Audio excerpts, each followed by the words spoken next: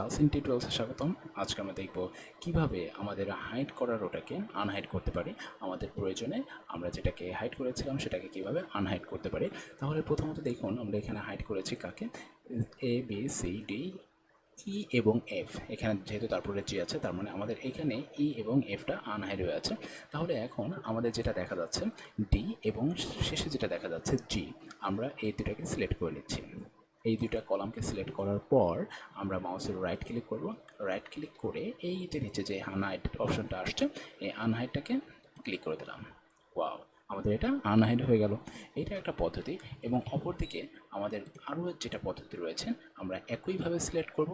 Select করে তারপরে হোমে থেকে ফরম্যাটে গিয়ে ভিজিবিলিটি থেকে হাইড অ্যান্ড আনহাইড থেকে এই যে আনহাইড কলামস, আমাদের এটা তো কলাম, এই জন্য আনহাইড কলামসে আমরা যদি এখানে ক্লিক করি তাহলে আমাদের সেটা আবারও দেখা যাবে।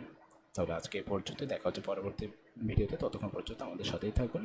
আল্লাহ হাফেজ।